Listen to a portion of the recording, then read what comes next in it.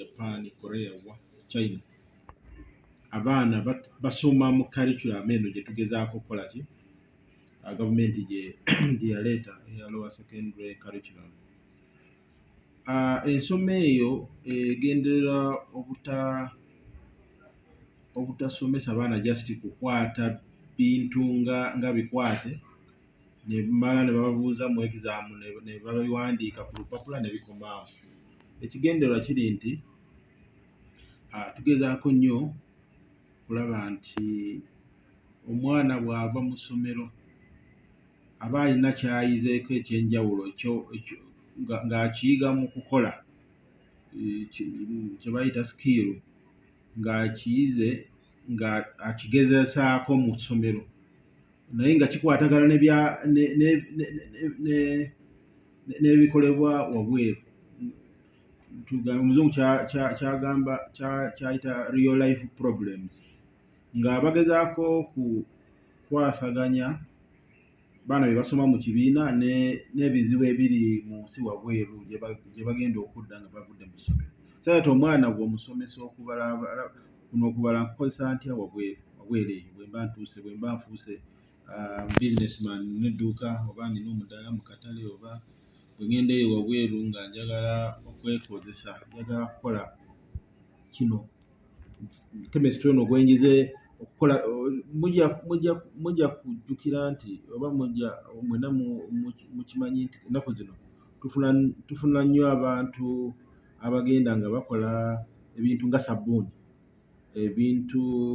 n'ebintu ebitali bimu candles biki ebintu ebyo byonna obumanyi obwo bwonna bubaddewo kuva myaka gye tusomye babayigiriza okukola sabbuuni bagiyita sopanification babayigiriza okukola emisubbaawa byonna tubadde tubisoma naye nga batono fe abafuluma ababikozesa ebisinga bisigala mu mitwe gyaffe oba bisigala ku mpapula. Naye kati gavumenti egezaako okulaba nti omwana kyasoma asobola okukikozesa wabweru either okwebeesaawo ng'akola ekintu oba okuba nga asobola okukikozesa okuyamba abalala. Kyoba olaba nti bateekamu ebya environment bateekamu ebintu bingi. Kati ekigendererwa kirungi naye bingi ebirina okukolebwa nga tetunnaba kuganyulwa mu nkola eyo ey'okusoma. Kyoba olaba nti mu mawanga nga China ebintu ebimu bye tuleeta okuva e China ebitonotono simanyi ka radio obuki oba okuteeka mu matu obusimu obuki obumu ku bintu babikola mu family level. Osanga ka family olwako omwana avudde mu ssomero amanyi okukola kino ne bakwata ka factory family erimu abantu 5 ne bakola ka cottage industry ne batandika okufulumya tugambe obubiriiti because asomye chemistry ey'okukola akabiriiti ne bakijjamu ekyokola ekintu kye basobola okuganyulwamu mu byenfuna ne ba exportinga. Kyobola nti ebintu bungi obuva e China obutonotono oluusi obumu bulinga obutagasa butooyitooyi bw'abaana okuzanyisa kano kali buki holder ffe bituyitako lwakuba nti tuli banafu oba oluusi omuntu bw'osanga ekintu ekigula 10,000 ogamba ye lwaki ntawaanya kangende kigule mu katale weekiri. Naye abaana abo abantu betubigulako baba basoma mu curriculum ebayamba okufulumya ebintu bwe bityo era ne babifunamu. Kyoba nti amawanga nga China gakuze nnyo. China lyalinga ggwanga nga lyavu naye kati likuze kumpi kwagala kusinga America.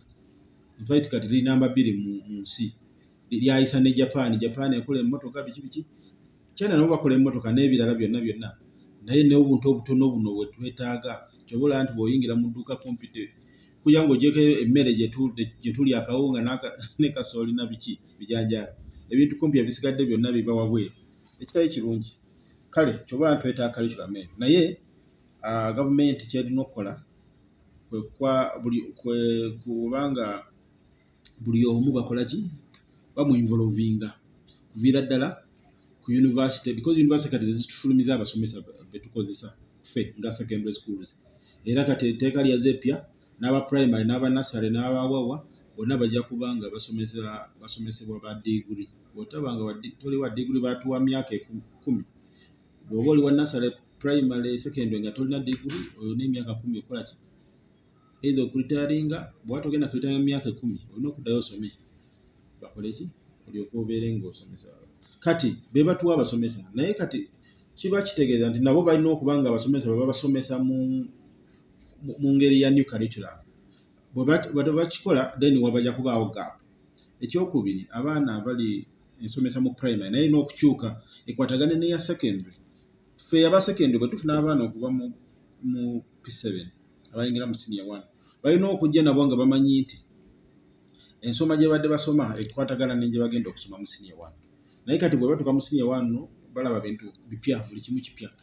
Ate tetututte na buvunaanyizibwa ku kusomesa bazadde wabweru eyo okutegeera kigendererwa ki ekya curriculum empya. Eno curriculum erabika esigadde nnyo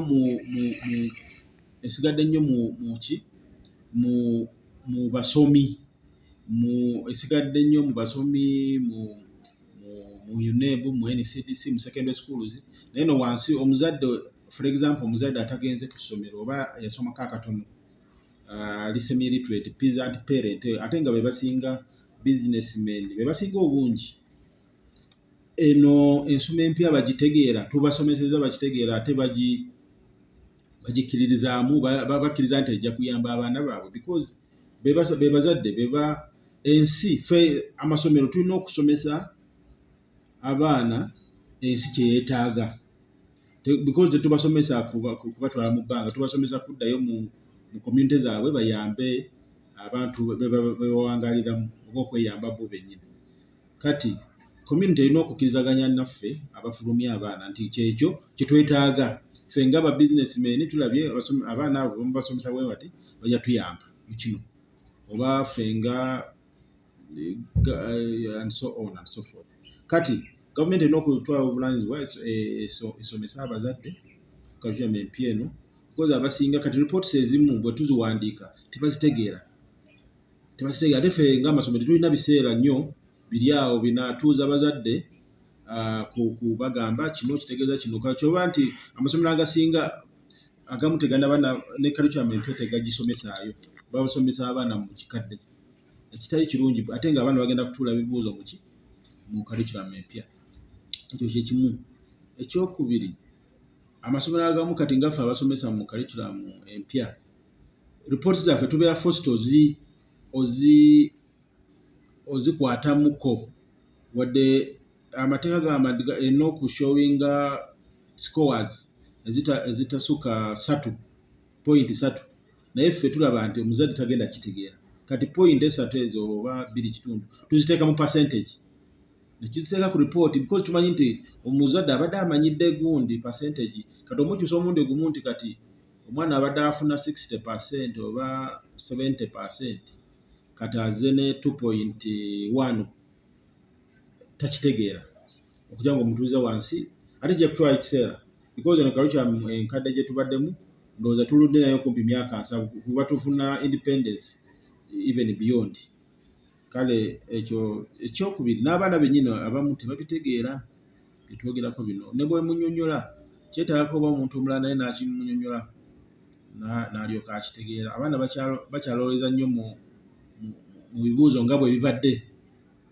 For example, ne grading egenda kukyuka, tetugenda kubeera ne distinction or situant, tugenda kubeera ne division 1 nga bwe badde edda. Tuba tugamba basomye batya, bayisiza bameka. Ekyo kye baagala okugyawo, baagala curriculum enkadde egamba nti buli mwana abaayise, tewali mwana agenda kugwa. Abaayise naye ayise ku ddaala ki kyekibuuzo. Naye kati wano we tuli, oli yagudde, yafunye division 4, yagudde oba yafunye kino, enkadde we badde egamba. Naye wano mu mpya ebintu bigenda kukyuka, naffe ebimu tetunaba bitegeera bulungi even ffe ng'abasomesa ba administrator. Naddala mu assessment UNEB yakafulumya empapula ezisooka gundi sample, naye kati grading system tenaba kufuluma bulungi, tetumanyi eneefulumya oba egenda kufaananako n'eya Kenya nga bwe mumanyi Kenya ndowooza bo tebakozesa division 1 na biki yafunye 8 bo bakozesa A oba B oba A plus B A minus bwe batyo grades bagamba essomero erisinze okufuna grades mu abaana bangi mu grade A abafunye grade lino naye tujja kusanga nti ono yasinze mu oba mu ggwanga lyonna oba mu ki kale ebintu bikyuse nnyo tulina bikwata n'obwegendereza otherwise tuyinza okwesanga tufulumiza abaana nga olupapula abantu tebalutegeera obwere eyo n'omuzadde tategeera oba omwana ayise oba agudde because amateeka gatugamba omwana tewali mwana musiru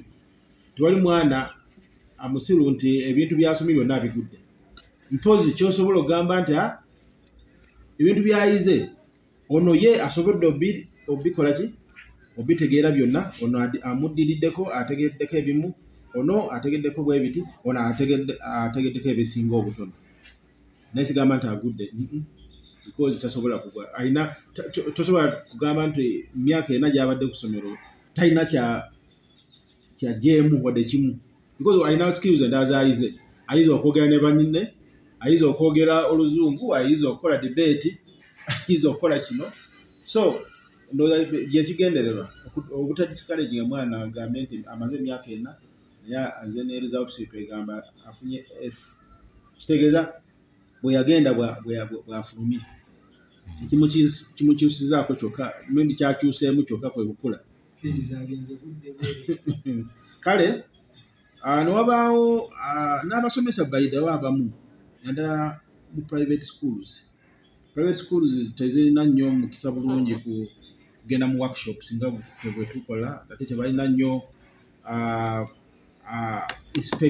inspectors abagenda mu masomero ago nga bola baffe wano mu gavumenti kale ogenda okwesanga nti bo bakola oluusi basomesa nga bwe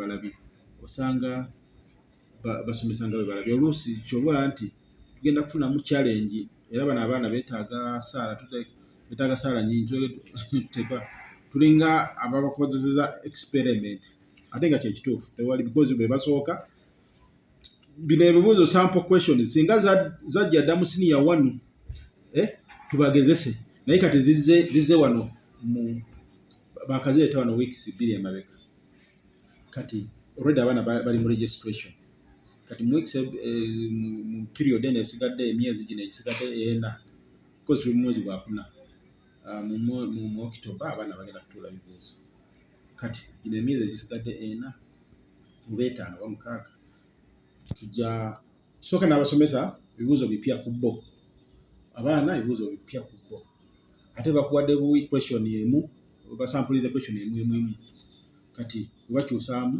abasomesa balina okuyiga okusetinga questions ezo balina okuyiga okuzimakinga abaana nabo bayige okuinterpretinga because tezikyali direct nga bwe tugambye bakozesa ze bayita scenario question bakuwa ekyokwirabirako singa kino kibadde liwe kino bwe kiti magezi kiggwa nti kosezza okukola kino solving a problem eyo question ziri bwe ziti tezikyali direct maluli bali bakubuuza gundi what is physics definition of physics ebyo tekikyaliwo oyinza okubuuza nti singa jjajjaawo akubuuza eka nti biki bye musoma mu physics omunyonyola oti ate yetasomangako oyinza okukozesa experiment ki okumulaga nti bino bye tukola mu physics ekinaamutegeeza nti physics kyekino.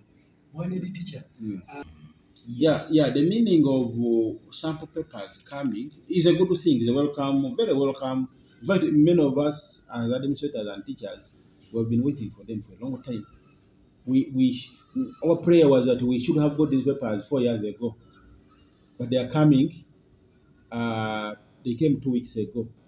But being that they are new, this is a new format of setting, a new format of assessment, and a new format of assessment, marking, we needed a bit of time as teachers. So we first learn them as the teachers, because it is also new to us. We also need to get used to them. Then we internalize them. Then we can pass them over now to our students. In fact, what we are doing now, we are busy taking our students through these papers. We are giving them as they are, as samples, telling them this is how the questions will look like. But now the challenge you have as teachers, we also need to set our own questions basing on these samples. But remember, they're just giving you a sample question. They're not giving you a method of setting a question. It will be difficult for there are few teachers who can sit down and come up with such a question, which is you have to be very intelligent teacher. That's why teachers we also be required to now work in groups. Because when you set a question, the learner should be able to interpret it. Because you can set a question which will make the learner not to understand what you want as a teacher. The question might be too complicated. You are saying, supposing it is this and the other, you are standing on a high building, then you are looking down at the vehicle, and there's another person on the other corner of the building. Can you explain how you can tell the angle of your vision? Now, will the student? Are you sure the student will understand that question? Those are the challenges that we expect to get. But we hope that since the curriculum is new to everybody will be treated at the same level of challenge. The problem that everybody has will be spread across the board because no one has advantage over the other. We are seeing this question for the first time. All of us we are seeing them for the first time.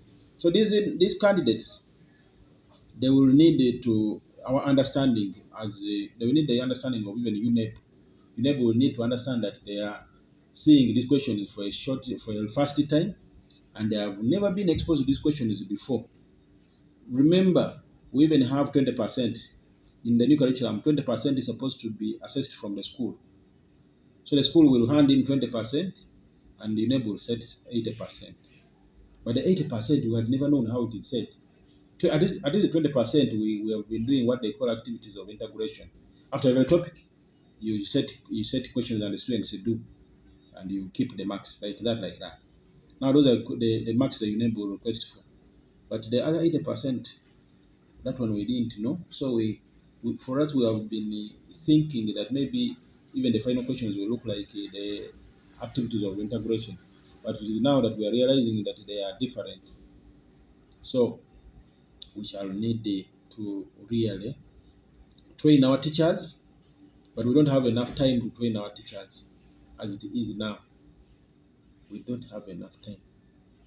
And we only pray that the little time that is remaining, we can be able to go through the few sample questions that UNEP has given us to make them come to some level.